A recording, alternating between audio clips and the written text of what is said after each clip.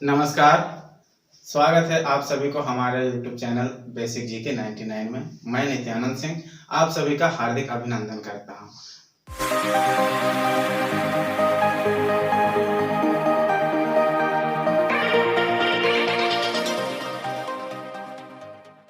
दोस्तों, आज के इस वीडियो में हम लोग चर्चा करेंगे इतिहास से, भारत का इतिहास। अब भारत का इतिहास में जो 3 भागों में बांटा गया है, प्राचीन भारत, मध्यकालीन भारत और आधुनिक भारत, उसमें देखेंगे प्राचीन भारत से। उससे पहले हम लोग शॉर्ट में देख लेते हैं भारत का इतिहास।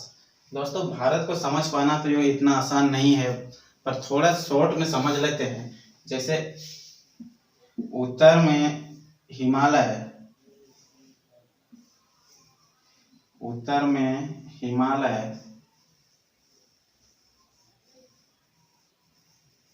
जैसे उत्तर में हिमालय से लेकर दक्षिण में समुद्र के बीच एक बसा छोटा उपमहाद्वीप जिसे अभी भारत के नाम से जाना जाता है। अब बता दो कि पहले इसको भारतवर्ष के नाम से जाना जाता था और वेद में, पुराण में यही भारत को आर्यावर्त के नाम से जाना जाता था। दोस्तों, भारत का तो ये बहुत नाम है, लेकिन देखते हैं मुख्य नाम के बारे में। जैसे इंडिया, इंडिया यूनानियों के द्वारा दिया गया है, यूनानियों के द्वारा इंडिया नाम दिया गया। वहीं मध्यकालीन मुस्लिम इतिहासकारों के द्वारा, मुस्लिम इतिहासकारों के द्वारा हिंदुस्तान नाम दिया गया, इतिहासकारों के द्वारा हिंदुस्तान नाम दिया गया है। दोस्तों, अब हम लोग देखेंगे प्राचीन भारतीय इतिहास के स्रोत। प्राचीन भारतीय इतिहास के स्रोत, प्राचीन भारतीय इतिहास के स्रोत। अब प्राचीन भारतीय इतिहास के मुख्य 4 स्रोत बताया गया है। अब वो चारों स्रोत को हम लोग देखेंगे और समझने का कोशिश करेंगे कि कौन कौन से 4 स्रोत हैं।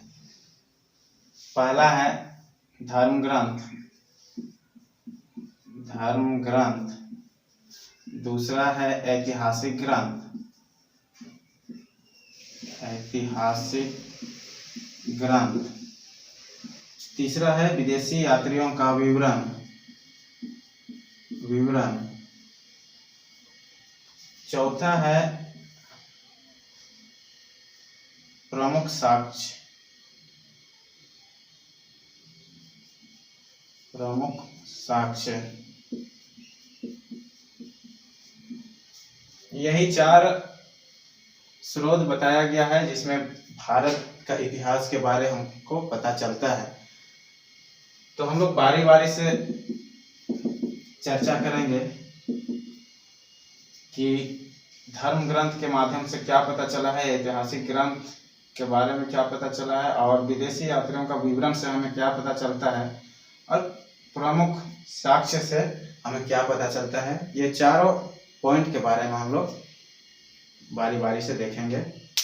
दोस्तों, वीडियो में आगे बढ़ने से पहले मैं आप सबसे एक रिक्वेस्ट करता हूं कि अगर अभी तक आपने इस चैनल को सब्सक्राइब नहीं किया है तो प्लीज़ सब्सक्राइब करें।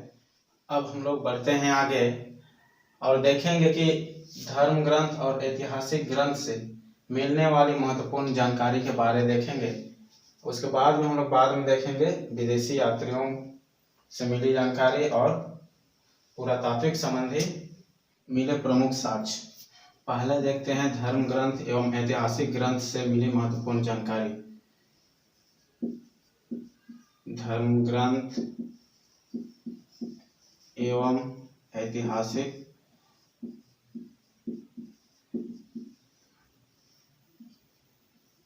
ग्रंथ से मिली महत्वपूर्ण जानकारी। महत्वपूर्ण जानकारी।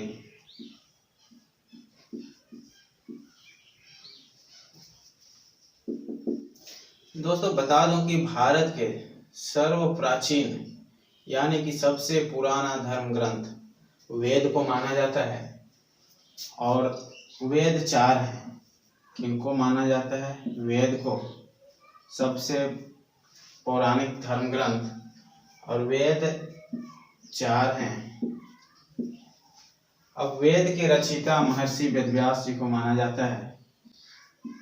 महर्षि वेदव्यास।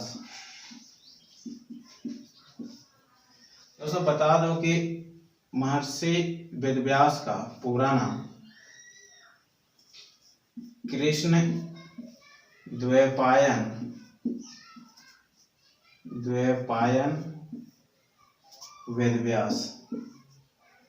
वेदव्यास, जो कि वेद के रचयिता माने जाते हैं। और वेद 4 हैं। अब 4 वेद कौन कौन सा हैं? पहला ऋग्वेद, दूसरा यजुर्वेद,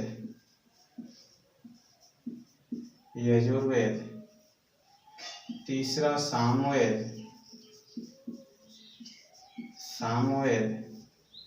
और चौथा अथर्ववेद।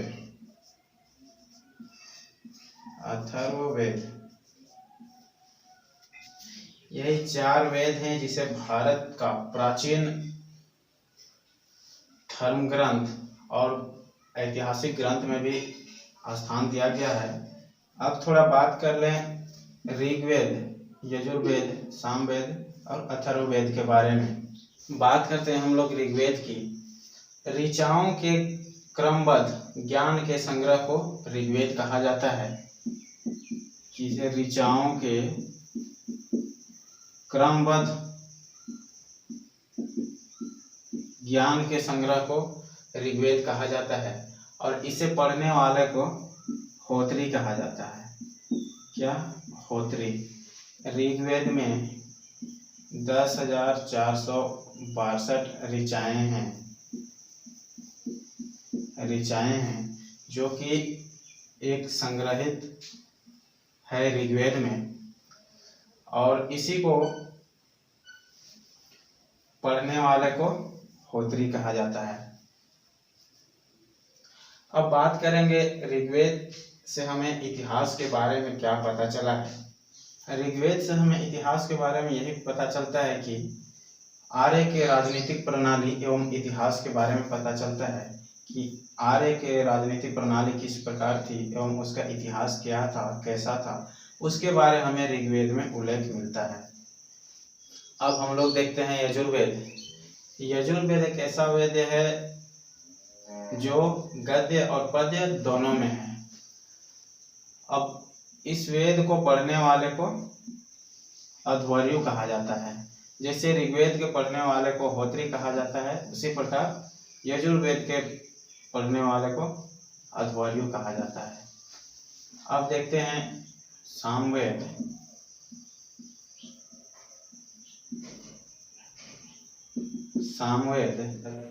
जो गाई जा सकने वाली ऋचाओं का संग्रह को सामवेद कहा जाता है। अब इसके पढ़ने वाले को उद्रात्री कहते हैं। क्या कहा जाता है? उद्रात्री कहा जाता है। जैसे पहला हम देखिए, ऋग्वेद को पढ़ने वाले को होत्री कहा जाता है, यजुर्वेद के पढ़ने वाले को अध्वर्यु कहा जाता है, वैसे ही सामवेद के पढ़ने वाले को उद्रात्री कहा जाता है। बात करेंगे अथर्ववेद का, तो ये अथर्वा मुनि के द्वारा, ऋषि के द्वारा रचित है। इसमें रोग निवारण, तंत्र मंत्र, जादू टोना, अभिशाप, वरदान, ये सब के बारे में उल्लेख मिलता है। जैसे कि जो भी अंधविश्वास हैं उसको अथर्ववेद में ही बताया गया है। 4 वेद में सबसे प्राचीन वेद ऋग्वेद को माना जाता है और सबसे बाद का वेद अथर्ववेद को माना जाता है। अब हम लोग देखेंगे पुराण को। अब पुराण में इतिहास से क्या संबंध है उसको हम लोग देखेंगे। विशेषकर 3 पुराण, विष्णु पुराण, मत्स्य पुराण मत्स्य पुराण और वायु पुराण।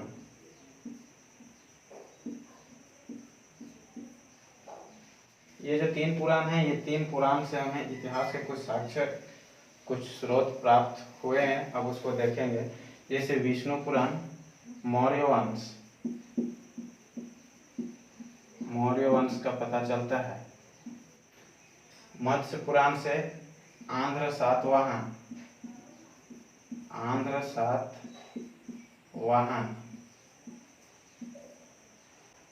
और वायु पुराण से गुप्त वंश।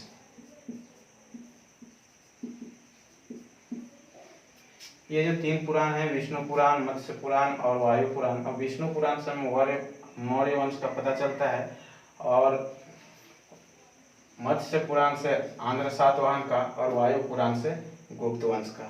इस प्रकार से वेद और पुराण से हमें इतिहास के कुछ स्रोत। दोस्तों, नेक्स्ट वीडियो में हम लोग देखेंगे विदेशी यात्रियों से मिलने वाली प्रमुख जानकारी के बारे में। तब तक के लिए हमारे वीडियो में बने रहें और हमारे चैनल को अभी तक सब्सक्राइब नहीं किए हैं तो प्लीज़ सब्सक्राइब करें और अपने दोस्तों के बीच शेयर जरूर करें। मिलते हैं अगले वीडियो में, तब तक के लिए जय हिंद।